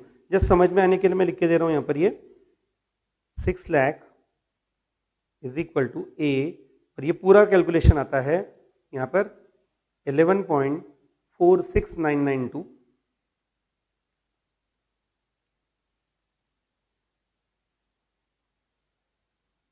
अब यहां से मुझे ए तैयार करना है, ठीक है। तो मैंने क्या करना चाहिए, ये जो नंबर आया हुआ है ये मैंने मेमोरी में सेव कर लिया और डायरेक्ट टाइप किया पहले 6 लाख, डिवीजन का बटन MRC, तो मेरे लिए आंसर आ गया 52310.73, 52310, यानी ए आ रहा है यहां पर 52310.73। यहां पर इससे नजदीक, इससे अप्रोक्सीमेट, बहुत नजदीक जो आंसर है ऑप्शन में, वो ऑप्शन है सी ऑप्शन, इसलिए हम सी ऑप्शन कंसिडर करेंगे।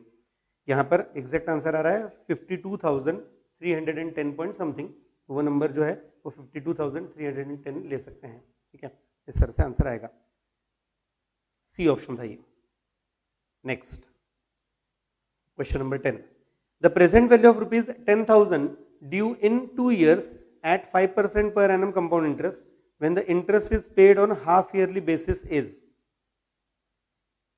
पूरा क्वेश्चन आपने पढ़ लिया होगा, कहीं पे पीरियोडिक पेमेंट की बात आई है, कहीं पे पीरियोडिक पेमेंट बोला है। Present value of rupees 10,000 due in 2 years at 5% per annum compound interest, कहीं पे भी ऐसा नहीं बोला कि 10,000 जो है इसकी वहां पर पेमेंट जो है ये 2 years के लिए करने वाले हैं, 4 टाइम्स करने वाले हैं या 2 टाइम्स करने वाले हैं, ऐसा कहीं पे भी नहीं है। यानी बहुत क्लियर, ये एन्युटी का है ही नहीं, this is a calculation of compound interest.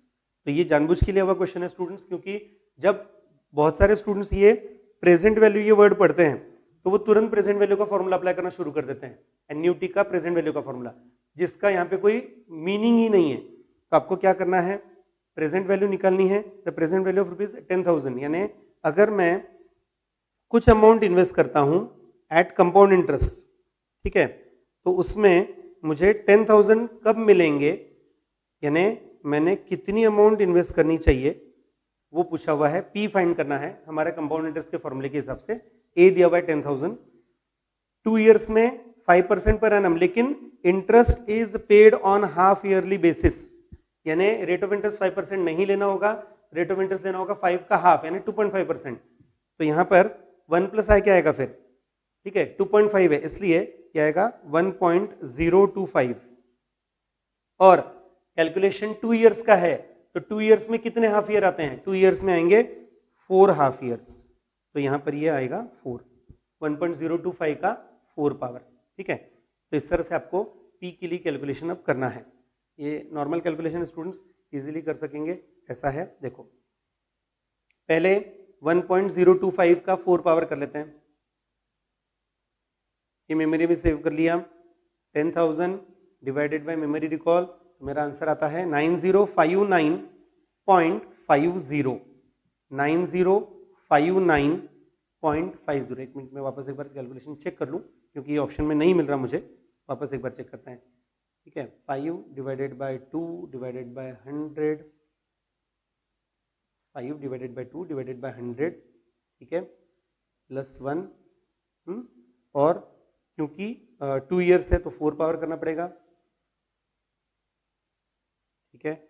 ये जो नंबर है ये हमने मेमोरी में सेव किया, 10,000 मिलने चाहिए, तो 10,000 divided by this number, okay, answer correct है, ये आंसर आता है 9059, यानी यहां पर मुझे जो पी की वैल्यू मिल रही है,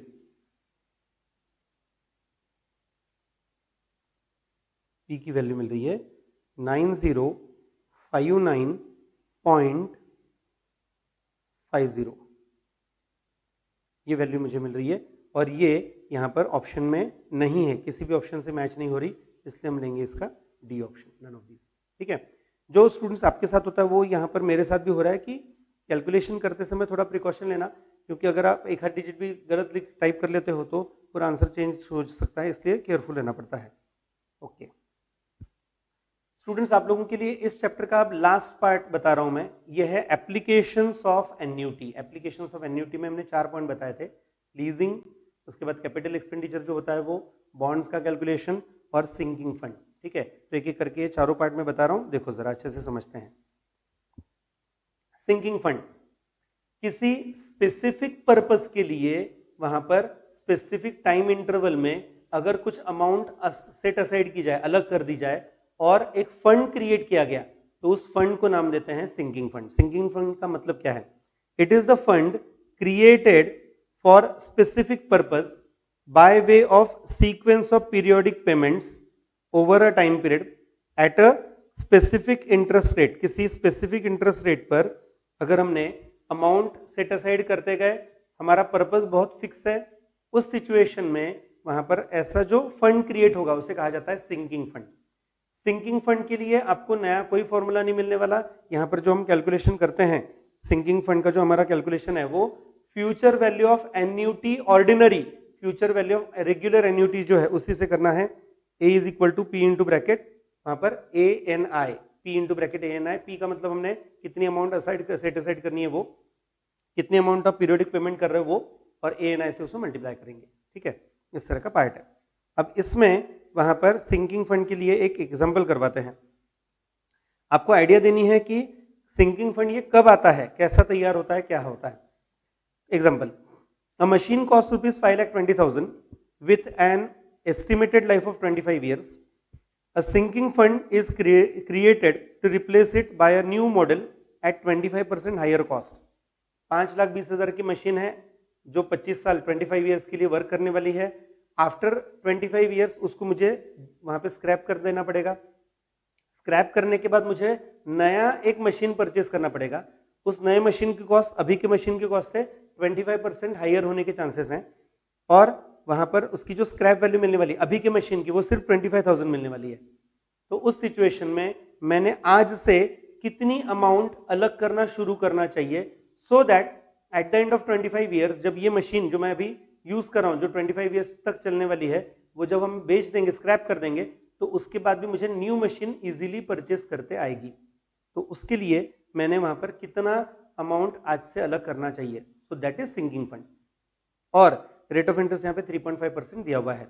तो सबसे पहले तो ये समझ लेते हैं कि मुझे सिंकिंग फंड कितना क्रिएट करना है, सिंकिंग फंड कितना मेरे लिए क्रिएट करना है। तो सबसे इंपॉर्टेंट अभी जो दिया हुआ है वो 5,20,000 की अभी की कॉस्ट है, लेकिन इसमें 25% राइज होने वाला है। ठीक है, तो इसका मैंने यहाँ पर 125% करना पड़ेगा, मतलब 125/100 कर लेना पड़ेगा। इसमें 25% राइज होने वाला है ना, तो इसके लिए इंटू 125/100 कर लिया, यानी मेरे लिए जो रिक्वायर्ड कॉस्ट है वो रहेगी वहां पर 5,20,000 इंटू 125 डिवाइडेड बाय 100, यानी मुझे कॉस्ट लगने वाली है 6,50,000। आफ्टर 25 ईयर्स नया मॉडल परचेस करने के लिए मुझे जो कॉस्ट पे करनी पड़ेगी तब वो रहेगी 6,50,000। लेकिन उसमें से अभी के मशीन की 25,000 स्क्रैप वैल्यू मिलने वाली है, वो मैं लेस कर दूंगा, यानी मेरे लिए जो एग्जैक्ट मुझे फंड क्रिएट करना है वो रहेगा 6,25,000 का। The required fund is of 6,25,000। तो यहां पर ये क्लियर हो गया कि मुझे 6,25,000 का फंड क्रिएट करना है। ओके, अब कैलकुलेशन, मुझे 6,25,000 का फंड क्रिएट करना है, मेरे लिए ए फाइंड करना जरूरी है, मुझे ए फाइंड करना है यहां पर, और मैं वहां पर एक्चुअली ए मतलब हमारे नॉर्मल कैलकुलेशन में हम ए नाम देते हैं, यहां पे आपके फॉर्मूले में हमने पी नाम दिया था उसे, पी मतलब पीरियोडिक पेमेंट लिया था हमने, मैं पी ही कंसीडर करता हूं, कंफ्यूजन क्रिएट ना हो आपके लिए। साथ में हमारा future value of annuity ordinary, annuity regular का जो फॉर्मूला है वो अप्लाई करेंगे। रेट ऑफ इंटरेस्ट 3.5% है, 3.5% यानी 0.035 आएगा 100 से डिवाइड करके, यानी इसे 1.035 रेस टू 25 -1 अपॉन 0.035 यहाँ पे लेना है। मुझे यहाँ पे पी तैयार करना है, कितनी अमाउंट मैंने वहां पर अलग करनी चाहिए, so that at the end of 25 years मुझे 6,25,000 क्रिएट करके मिल जाएंगे। ठीक है, अब ये कैलकुलेशन आपको बताना है, ये कैलकुलेशन चेक करते हैं। देखो पहले 1.035, ठीक है, इनटू का बटन 2 बार, मुझे पावर 25 करना है।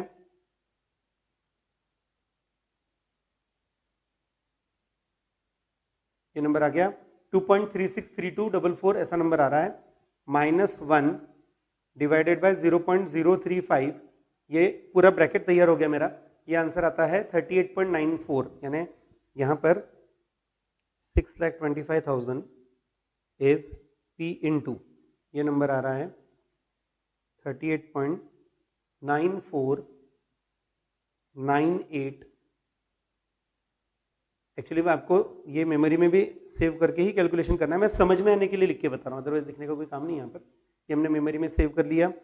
6,25,000 को डिवाइड करो मेमोरी रिकॉल करके, तो आंसर आता है वो, वहां पर P की वैल्यू आ रही है 160,462।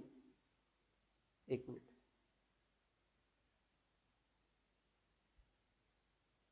कैलकुलेशन एक बार मैं चेक कर रहा हूं वापस एक बार। 6,25,000 डिवाइडेड बाय, मेमोरी रिकॉल किया हुआ है, हाँ ये नंबर आता है 16046,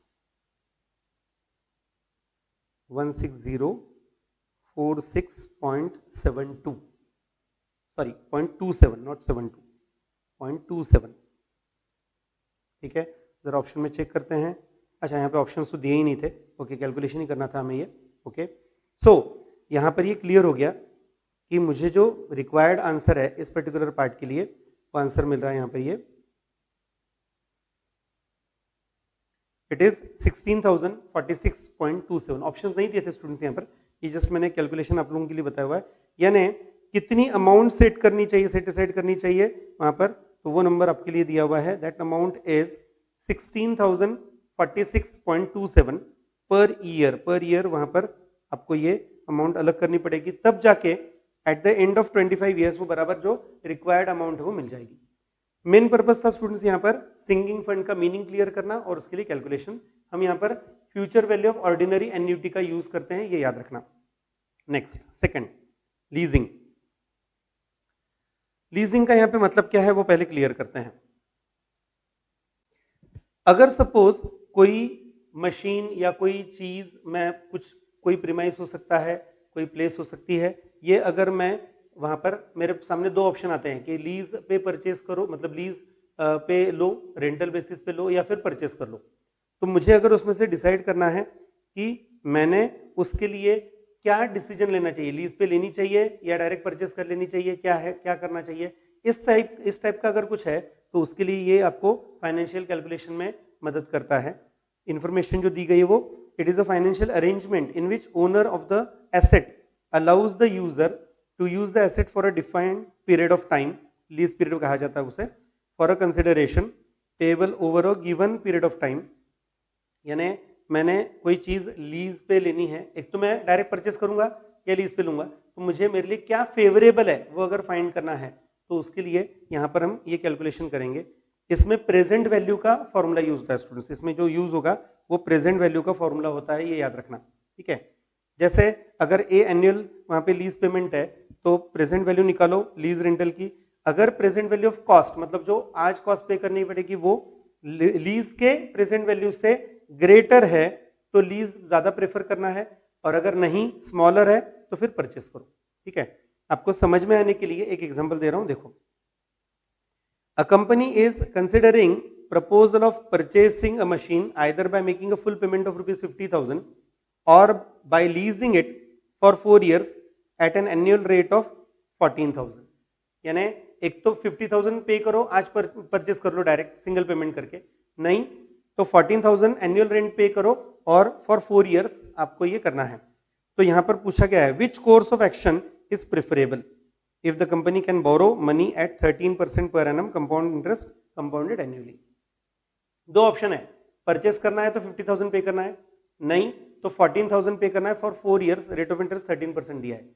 तो हम यहाँ पे क्या करेंगे, हम ये जो 14,000 का पेमेंट है 4 इयर्स के लिए, उसकी प्रेजेंट वैल्यू कैलकुलेट करेंगे।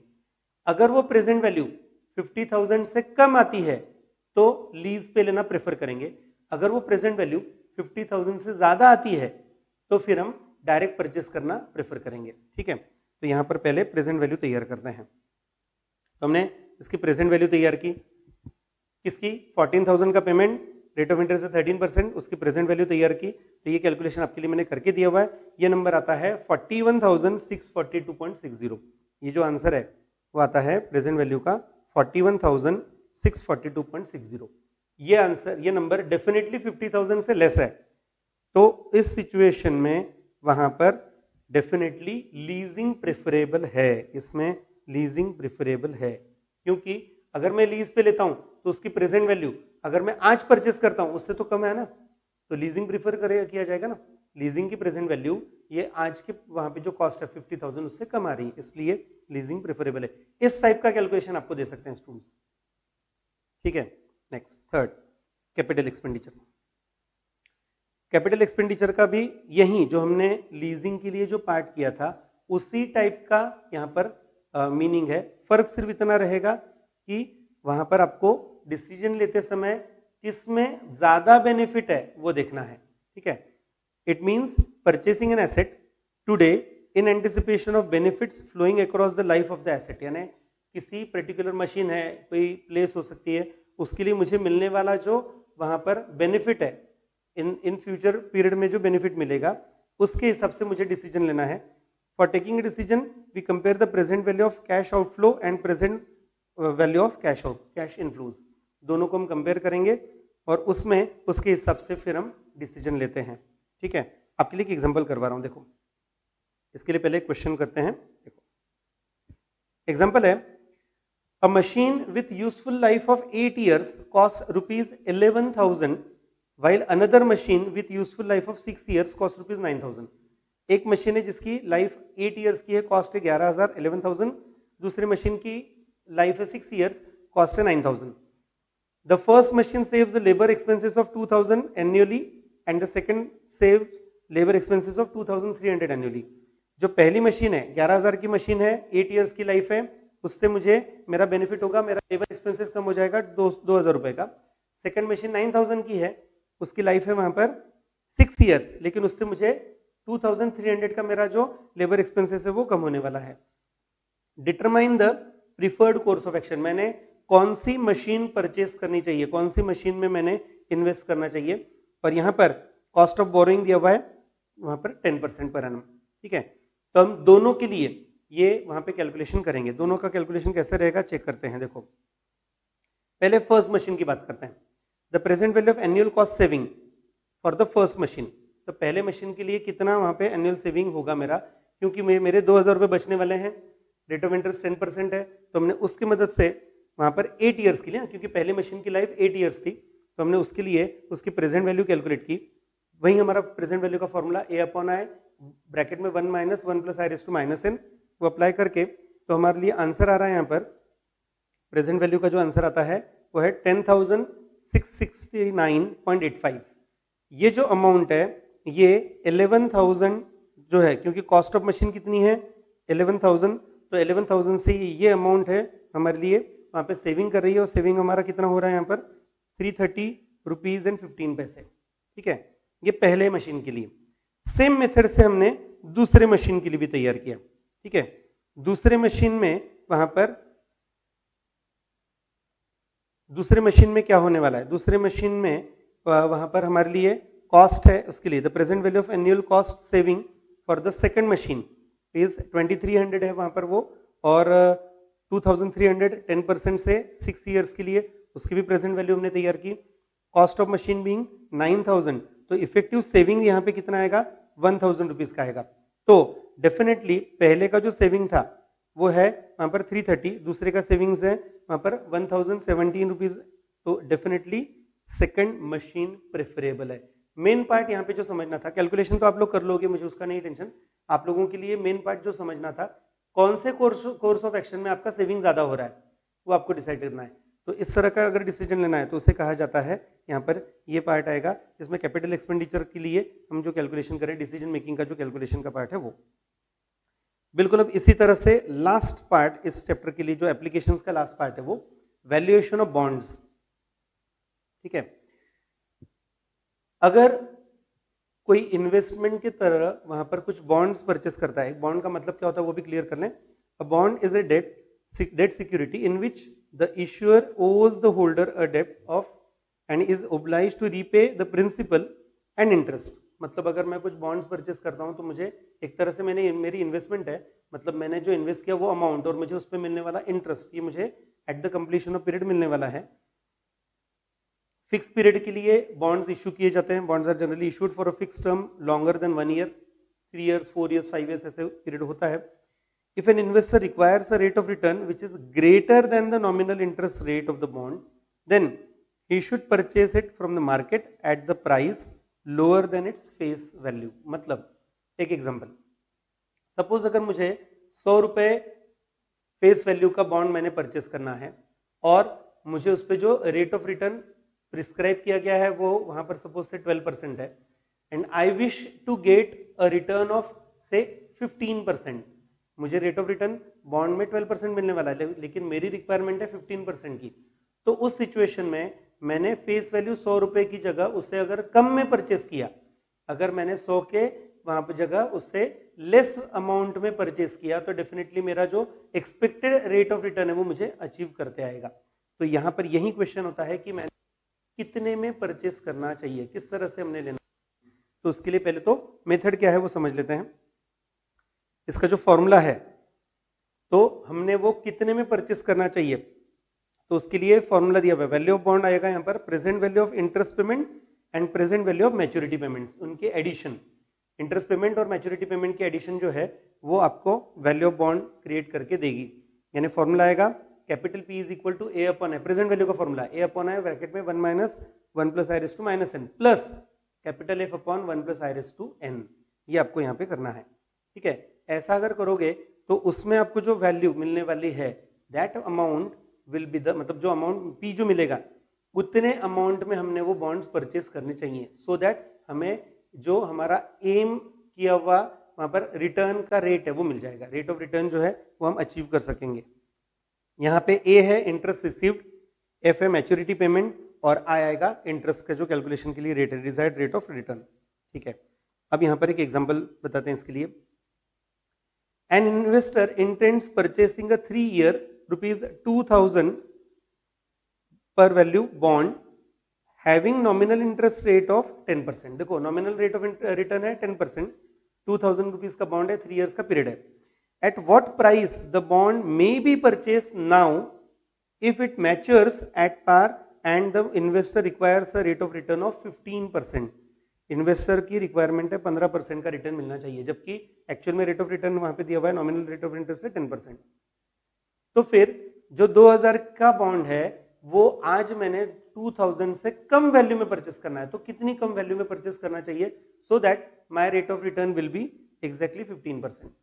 तो उसके लिए वहां पे क्या करना होगा, मेथड कैपिटल ए आएगा हमारे लिए, इंटरेस्ट जो अमाउंट मिलने वाली है वो 2000 का 10% मतलब 200 रुपीज। एफ दिया हुआ है फ्यूचर अमाउंट, मतलब मैच्योरिटी कितनी में, मतलब मैच्योरिटी के बाद कितनी अमाउंट मिलेगी फ्यूचर वैल्यू में, वो रहेगी 2000 रुपीज। आई है रेट ऑफ रिटर्न है 15%, यानी आई की वैल्यू आएगी 0.15, 15/100। अब प्रेजेंट वैल्यू ऑफ बॉन्ड का जो हमारा कैलकुलेशन है वो क्या करना है, फॉर्मूला लिखा हमने, पी की value A upon I bracket में 1 minus 1 plus I raise to N minus N और plus F upon 1 plus I raise to N. Calculation है पहले 1 माइनस 1.15 का माइनस 3 पावर कर लेंगे इंटू 200 अपॉन 0.15, ये मेमोरी में सेव कर लो। सेकंड कैलकुलेशन 2000 डिवाइडेड बाय 1.15 का क्यूब, दोनों की एडिशन करके ये आंसर आता है 1771 ठीक है, याद रहे यहां पर हमारा जो कैलकुलेशन है इस कैलकुलेशन के हिसाब से जो 2000 रुपीज की कॉस्ट वाला बॉन्ड है वो परचेस करना चाहिए 1771.68 में, तब जाके हमें रेट ऑफ रिटर्न 15% मिलेगा, क्योंकि नॉमिनल रेट ऑफ इंटरेस्ट 10% है। ठीक है, तो ये आपको यहाँ से समझ में आता है, इस तरह से कैलकुलेशन करना है। एप्लीकेशंस का पार्ट है स्टूडेंट्स, आप लोगों के लिए 4 एप्लीकेशन है, इसमें से सिंकिंग फंड ही सबसे ज्यादा वहां पर मतलब जिसपे क्वेश्चंस आ चुके हैं ऐसा पार्ट है, बाकी तीनों एप्लीकेशंस भी मैंने बताए आप लोगों के लिए। अब एक छोटा सा लास्ट पार्ट आपके लिए, अदर टाइप्स ऑफ एन्यूटीज में परपेचुअल एन्यूटी या परपेचुइटी, ये भी एक कंसेप्ट है, वो एक कंसेप्ट क्लियर करवा लेते हैं। बस इतना एक पार्ट आप लोगों के लिए वहां पे करवाना है, ये और एन्यूटी सर्टन। एक्चुअली मैंने बोला था एन्यूटी जब हमने डिस्कस किया तो उसमें बताया था there are more types, other types of annuity also. हमने एन्यूटी रेगुलर या ऑर्डिनरी, एन्यूटी ड्यू या इमीडिएट ही बात की, लेकिन और 2 टाइप के हैं, इनके कैलकुलेशन नहीं है, जस्ट आपको थ्योरेटिकल बेस के लिए बता रहा हूं। वैसे भी ये जो पार्ट आप स्टडी कर रहे हो ये आपको इंटरमीडिएट में भी वहां पे लगता है, इंटरमीडिएट में एफए में भी ये पार्ट आपको आने ही वाला है वापस वहां पर। परपेचुअल एन्यूटी और परपेचुइटी का मतलब क्या है? कोई अगर ऐसी एन्यूटी है जो फॉरएवर रहने वाली है, जब तक पे कर सकेंगे तब तक रहने वाली है, तो उसे कहा जाता है परपेचुअल एन्यूटी या perpetuity. An annuity which is payable forever infinite number of years is called perpetual annuity. जैसे सपोज अगर कोई वहां पर किसी पर्सन ने खुद के नाम पर वहां पर एक प्राइज डिक्लेयर कर दिया कि हर साल सीए फाउंडेशन में फर्स्ट आने वाले स्टूडेंट को मेरी तरफ से मैं इतनी अमाउंट पे करने वाला हूं, तो वो जो एक गिफ्ट, एक प्राइज जो रहेगा, उसके लिए उस पर्सन ने वहां पर ये डिसाइड कर लिया कि जब तक सीए फाउंडेशन का कोर्स चलता रहेगा मैं ये पे करने वाला हूं, मैं वो प्राइज देने वाला हूं। तो उसके लिए वो किसी बैंक में एक फिक्स अमाउंट डिपॉजिट कर देगा, जिसके इंटरेस्ट की अमाउंट जो है उससे ये प्राइस जाने वाला है। तो ये जो प्राइस है ये परमानेंट चलने वाला पार्ट रहेगा, तो इसे कहा जाएगा this is a perpetual annuity और परपेचुइटी। इसे हम कह सकते हैं परपेचुअल एन्यूटी और परपेचुइटी। ठीक है, इसके लिए वहां पर इतना जरूर कर सकते हैं कि परपेचुइटी के लिए जो कैलकुलेशन है, क्योंकि यहां पर इसकी जो फ्यूचर वैल्यू है ये हम कैलकुलेट नहीं कर सकते, प्रैक्टिकल कैलकुलेट नहीं कर सकते। क्यों नहीं कर सकते? क्योंकि ये जो अमाउंट, ये जो पे एन्यूटी है ये फॉरएवर रहने वाली है, तो फॉरएवर अगर है तो इसकी फ्यूचर वैल्यू कैलकुलेट करना पॉसिबल नहीं होगा। As payments of perpetuity is forever, its future value can not be calculated. आप उसकी फ्यूचर वैल्यू कैलकुलेट नहीं कर सकते हैं, ये याद रखना वहां पर। ठीक है, यहां पर जो पेमेंट है ये फॉरएवर रहने वाला है, इसलिए हम उसकी फ्यूचर वैल्यू कैलकुलेट नहीं कर सकते हैं। लेकिन एक जस्ट फॉर्मूला दिया हुआ है कैलकुलेशन के लिए, P is equal to A upon i, ऐसा करके आप उसकी परपेचुइटी की वैल्यू कैलकुलेट कर सकते हो, ऐसा दिया हुआ है। लेकिन ऑफ कोर्स इस पे कैलकुलेशन आती नहीं है, ये जस्ट मैं थ्योरी के तौर पर बता रहा हूं। एक और part annuity certain. Annuity certain का क्या मतलब है वो भी बता देते हैं। अगर एक फिक्स नंबर ऑफ ईयर्स के लिए फिक्स पेमेंट है तो उसे कहा जाता है एन्यूटी सर्टन। वैसे भी जो हम ईएमआई पे करते हैं, हाउस, भले वो हाउसिंग लोन के लिए होगा, व्हीकल के लिए होगा, ये सब जो होते हैं ये हमेशा एक फिक्स अमाउंट होती है, तो इसे कहा जाएगा दैट इज एन्यूटी सर्टन। ठीक है, तो स्टूडेंट्स यहां पर मैंने आप लोगों के लिए time value of money chapter number 4 जो था सीए फाउंडेशन के लिए, उसका जो पार्ट था वो कंप्लीट कर लिया है। आप लोगों को इसमें जितने टॉपिक, जितना पार्ट वहां पे स्टडी में मिलना चाहिए वो इसमें हमने कवर कर लिया है। ठीक है, ओके, ऑल द बेस्ट।